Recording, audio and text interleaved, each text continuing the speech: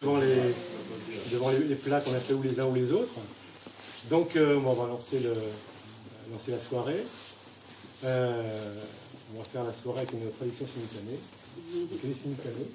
Ouais, bonsoir, je m'appelle Carolina Rollet, je suis colombienne et soy colombiana y estoy contenta de estar aquí. Je suis très contente d'être ici. Donc c'est le troisième festival La Tête Ailleurs organisé par Ciné Parlant. Es la tercera festival internacional del cine hablante.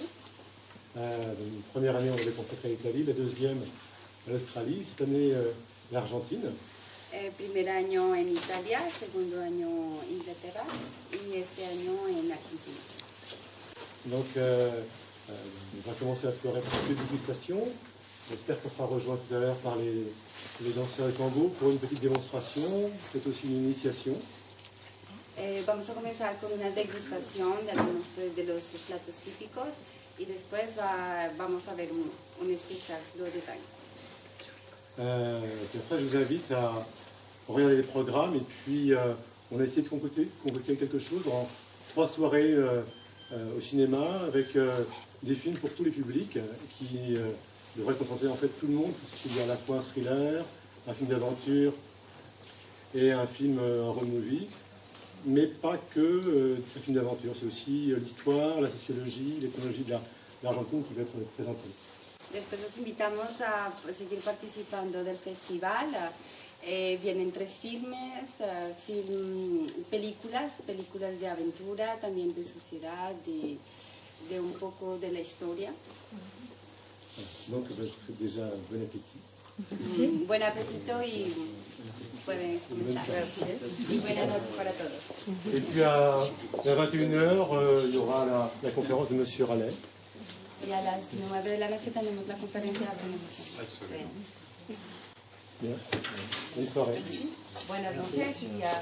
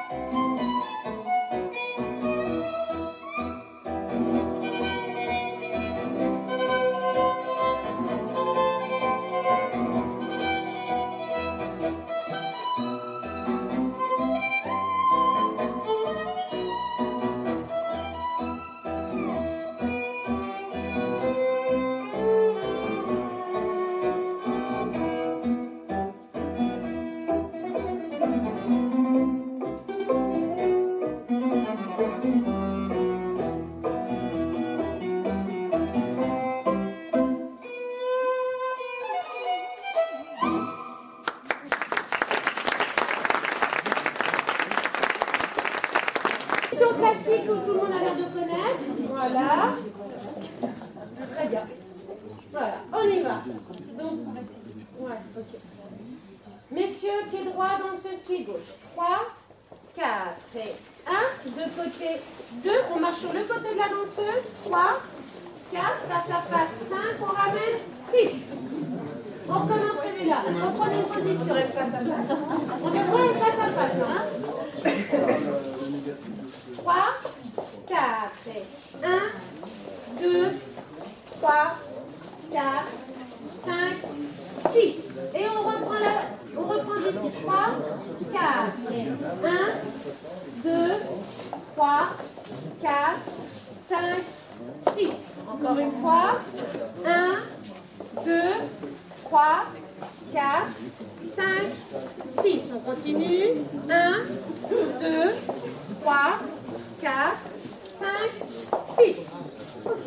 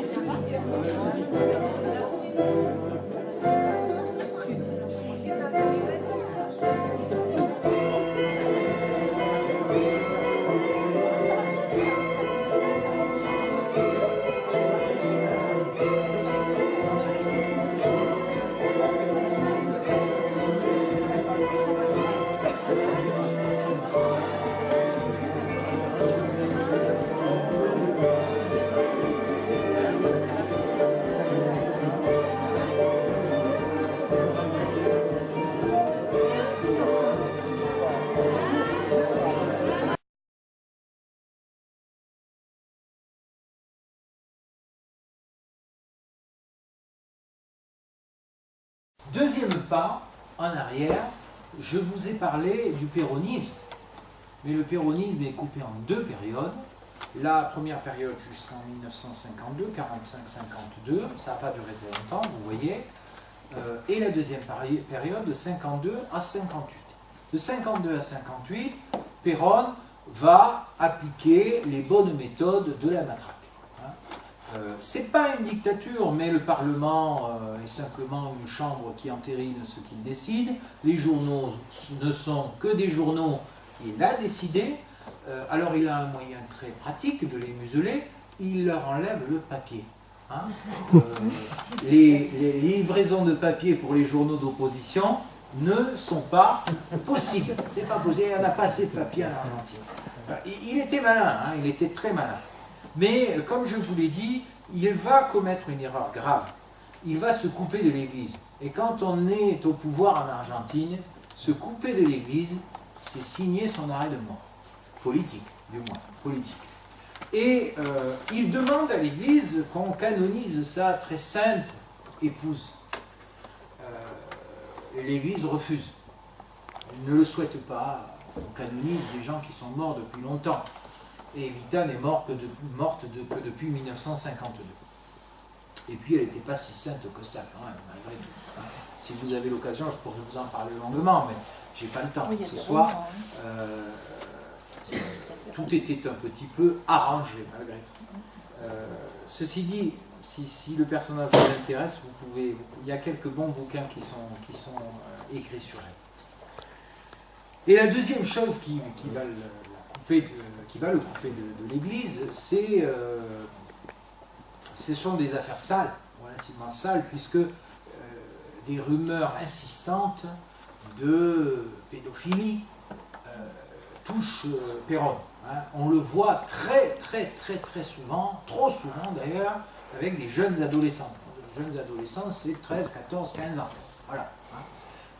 Et l'Église ne peut pas accepter ça. Donc, les archevêques et les évêques lui disent d'être prudent, qu'il ne faut pas faire ceci, pas faire cela, et lui va se raidir, il va raidir sa position et il va tenter de se couper de l'Église. Erreur fatale, Bélizet va le remplacer, il va être mis à la porte et va se réfugier dans l'Espagne franquiste. Là, il va tenter de remuer ses lobbies, ses réseaux pour essayer de revenir au pouvoir, mais il n'y arrive pas. C'est finalement les généraux qui le rappellent, parce qu'ils ont peur qu'il soit plus nuisible à l'extérieur qu'à l'intérieur. Il revient en 1973 dans des conditions relativement sombres qui l'amènent à recommencer ou tenter à nouveau un pouvoir pseudo-social, mais qui va rapidement échouer parce qu'on est dans une période où la crise économique va toucher le monde entier, vous le savez bien. L'expérience de Péron s'arrête avec sa crise cardiaque, il meurt, mais entre-temps il s'était marié avec Isabelle, la troisième épouse, qui elle n'est pas morte d'un cancer de l'utérus, mais qui va se présenter après sa mort à la présidence. Alors elle est jeune, inexpérimentée, très maladroite, et surtout elle bénéficie d'un contexte politique et économique particulièrement difficile. Avec la crise économique, elle se coupe de sa base d'électeurs.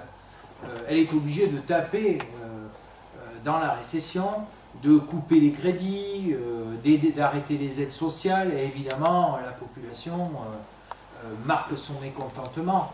La droite n'attendait que cela. Et la situation de l'Argentine va petit à petit glisser vers ce qu'avait évoqué Charles de Gaulle en 1968, la Chanly. C'est exactement comme ça que l'on pourrait définir l'Argentine des années 76. Il n'en faut pas plus pour que l'Église, qui voit pointer des mouvements communistes, se dise il faut faire quelque chose et pousse l'armée à intervenir encore une fois. Alors, ça sera fait de manière très brutale. L'armée arrive le 24 juin au domicile d'Isabelle Perón. Il l'arrête et il l'emprisonne. Elle va rester jusqu'en 1980 en prison, donc de 1976 à 1981. Elle ne sera libérée qu'à la fin de la dictature, où elle ira échouer en Espagne, où elle vit toujours. Hein. Isabelle Perón vit toujours. Elle est âgée, mais elle est toujours en vie. Voilà comment se termine le deuxième épisode de la saga Perón. Le troisième pas en arrière, c'est celui qui est probablement le plus important, à part la crise économique de Menem, mais sur le plan politique, c'est véritablement celui qui a marqué le plus l'Argentine. C'est la dictature de Videla, que vous connaissez, celle qui va être l'horreur absolue. L'autre nom qu'on donne à cette dictature, c'est proceso. Alors, je ne sais pas pourquoi. C'est une procédure. Qu'est-ce que ça veut dire en espagnol, proceso? C'est une procédure. Alors on va l'appeler comme ça. On va rebaptiser la dictature proceso. Et cette dictature va éliminer systématiquement les opposants. Alors elle a son centre d'élimination qui est l'école supérieure de mécanique marine argentine, l'ESMA. Si vous parlez de l'ESMA à un Argentin, il vous dira ce que c'est, hein, automatiquement. Là sont enfermés les opposants. Alors comment ça se passe? Un opposant qui est remarqué, qui est dénoncé, qui est espionné, est arrêté sans témoin, systématiquement sans témoin. Dès qu'il y a un témoin, l'arrestation ne se fait pas. Il ne faut pas de témoin. On l'arrête. S'il est chez lui, en même temps, on lui vole tout. Et les militaires se chargent de redistribuer le butin. Ce sont donc des voleurs en même temps. On vole sa voiture, on vole ses biens, ses bijoux, son argent, et on l'embarque. Là, il va être torturé plus ou moins longtemps. Alors s'il a des lourds secrets, ça va durer.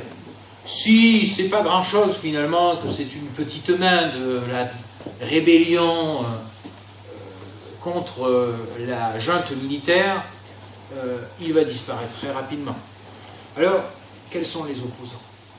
On a des péronistes, on a des socialistes, on a des communistes, on a des chrétiens, on a des religieux, on a des étudiants, on a des lycéens. Du jour au lendemain, ces jeunes filles, ces jeunes hommes, ces femmes, ces vieillards sont embarqués et disparaissent. Alors, leur fin est malheureusement inéluctable, puisque sur les 45 000 arrêtés, il n'en ressortira que 5 000. La République argentine qui a mené l'enquête après le départ des militaires a compté à peu près 30 000 disparus, mais d'autres enquêtes ont donné des chiffres beaucoup plus réalistes de 40 000 disparus. 40 000 disparus, c'est beaucoup pour une population de 40 millions d'habitants. C'est l'arrivée des Kirchner. Nestor et Cristina sont des hommes et des femmes, enfin un homme et une femme politique qui ont véritablement tranché avec les pouvoirs précédents.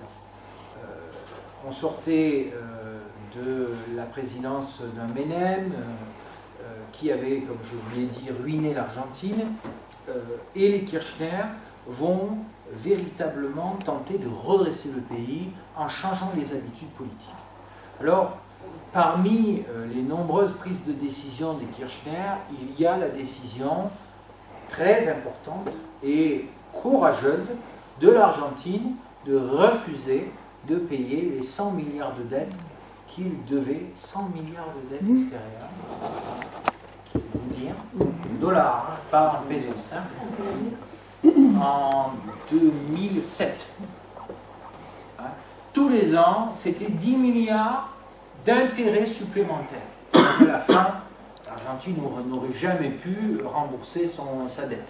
Donc, Menem, Kirchner sait très bien que la situation ne lui permet pas de rembourser cette dette, et donc il décide de facto d'arrêter le remboursement. Il sépare aussi son pays de la politique américaine du FMI. Il décide de relancer l'économie en bloquant les prix de l'énergie et des transports, et dernier point très important, il fait une politique de relance économique au travers d'investissements d'État. Politique keynésienne, hein, qu'on connaît sous le New Deal de Roosevelt, mais qui fonctionne plutôt bien puisque l'Argentine est en train de repartir et a connu entre 2007 et 2011 un taux de croissance entre 9 et 5%.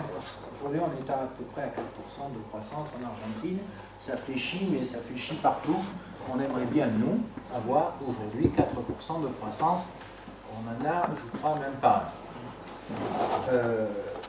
Voilà, donc ça, c'est la politique de Nestor Kirchner qui, malheureusement, va connaître une fin brutale et inattendue. Il meurt d'une crise cardiaque brutalement. Ça choque profondément les Argentins qui l'apprécient en règle générale, puisque il était un président qui appartenait au parti justicialiste, qui était un parti social-démocrate.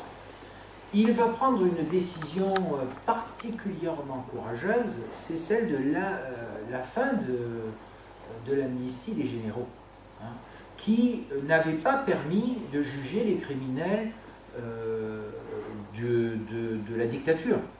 Et par conséquent, des généraux, des colonels, des militaires qui avaient torturé, assassiné, violé, volé et étaient restés impunis, se retrouvent devant les tribunaux.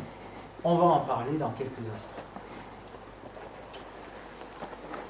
Il meurt et c'est Cristina, sa femme, qui se présente et qui obtient la présidence. Elle va avoir pour grande valeur de faire sortir l'Argentine sur la scène internationale. L'Argentine était restée particulièrement cloîtrée, due évidemment à la dictature, et ce n'était pas la Coupe du Monde de 1978 et son Maradona national qui avait permis de la sortir de son isolationnisme. Par conséquent, elle l'incruste très fortement dans le marché sud-américain qu'on appelle Mercosur, je crois que c'est comme ça qu'on prononce, hein, c'est ça? Comment? Mercosur, ce qui veut dire marché commun du Sud, hein, c'est le troisième plus grand marché commun au monde, premier étant la communauté européenne, le deuxième l'ALENA, entre le Mexique, les États-Unis et le Canada, et le Mercosur qui est né en 1991. Et aujourd'hui, l'Argentine a des partenaires Brésil, Uruguay, Bolivie, Chili, qui représentent plus des 2/3 de son économie. Et elle s'ouvre aujourd'hui à l'économie mondiale. Donc, cet ancrage à l'extérieur a véritablement un objectif politique, vous l'avez probablement compris, celui d'éviter un retour de la dictature, de l'instabilité, hein, que l'Argentine a pu connaître.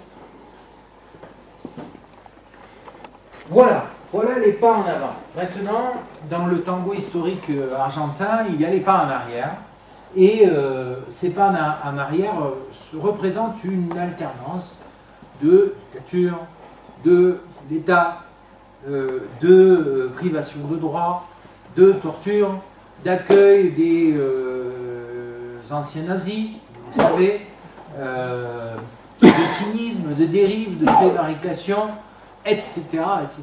Je vous ai dit 1816-1856, première dictature, celle de Rosas. Deuxième dictature 1919-1945. Troisième dictature 1958-1973. Et dernière dictature 1976-1983. Entre ces moments-là, l'Argentine a connu la démocratie. Ça ne fait pas beaucoup. Alors, la première dictature est une dictature qui est née de la volonté de fédérer l'Argentine, puisque l'Argentine était composée de ces provinces dissidentes gérées par des généraux qui avaient réussi à chasser les Espagnols et qui, puisqu'ils avaient participé à ce vaste mouvement de libération, s'étaient dit c'est bon, maintenant les provinces sont à nous, on va en faire ce que l'on veut. Et évidemment, le pouvoir central argentin qui se situait à Buenos Aires avait décidé du contraire. Il va donc imposer une main de fer, et la plus grande main de fer qu'on ait trouvée à cette époque, c'est Juan Manuel de Rosas, qui est issu de la noblesse espagnole et va marquer particulièrement les Argentins, puisqu'on le compare à Napoléon Ier et Napoléon III en même temps, hein, dans la privation des droits. Voilà. Les opposants sont chassés, les tentatives de coup d'État sont matées, et il veut défendre avant tout la culture catholique de l'Argentine. Et cette culture catholique, on va systématiquement la retrouver dans les moments de dictature de l'Argentine. Aujourd'hui, les conséquences sont un peu effacées. Mais à l'époque, on va se retrouver avec un taux de chômage qui va frôler les 20%. Je ne sais pas si vous imaginez. Nous, on est à combien? 10%, c'est ça? 10%, 20% de chômeurs. Si vous alliez à l'époque à Buenos Aires, vous traversiez des très beaux quartiers, de très belles maisons, et on se retrouvait avec des gens très aisés qui vendaient pratiquement tout ce qu'ils possédaient pour pouvoir avoir un petit peu d'argent. Évidemment, les Argentins vont être littéralement ruinés, puisque les pensions de retraite vont perdre les 3/4 de leur valeur. Jeter littéralement la victime qui percutait l'eau comme un sol en béton. À cette distance-là, c'est à peu près ce que ça fait. Et la mort était instantanée, et rarement les corps remontaient. C'est un moyen particulièrement efficace d'éliminer les témoins gênants. Alors, l'accueil des nazis se comprend beaucoup mieux lorsqu'on est une dictature, parce que les nazis, vous le savez, avaient des méthodes d'interrogatoire extrêmement poussées et efficaces. On va les employer. Mais les Argentins vont s'inspirer essentiellement des Français. Hein? Nous n'avons pas laissé que des belles traces dans l'histoire.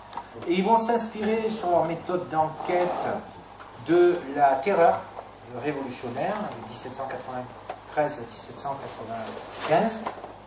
Les méthodes des révolutionnaires français vont être appliquées à la lettre. Des livres sont faits et sont enseignés dans les écoles militaires à cette période. Et puis, ils vont étudier les méthodes d'interrogatoire durant la guerre d'Algérie, et ils vont les appliquer. Hein. Donc, les Français ont inspiré la junte militaire dans sa méthode implacable d'élimination des témoins. Tout ce qui se passe en Argentine, l'Argentine touche au but de la démocratie, touche au but de la modernité, en associant désormais les exclus et en permettant à son économie de se développer de manière harmonieuse, sans casse sociale. Je vous remercie.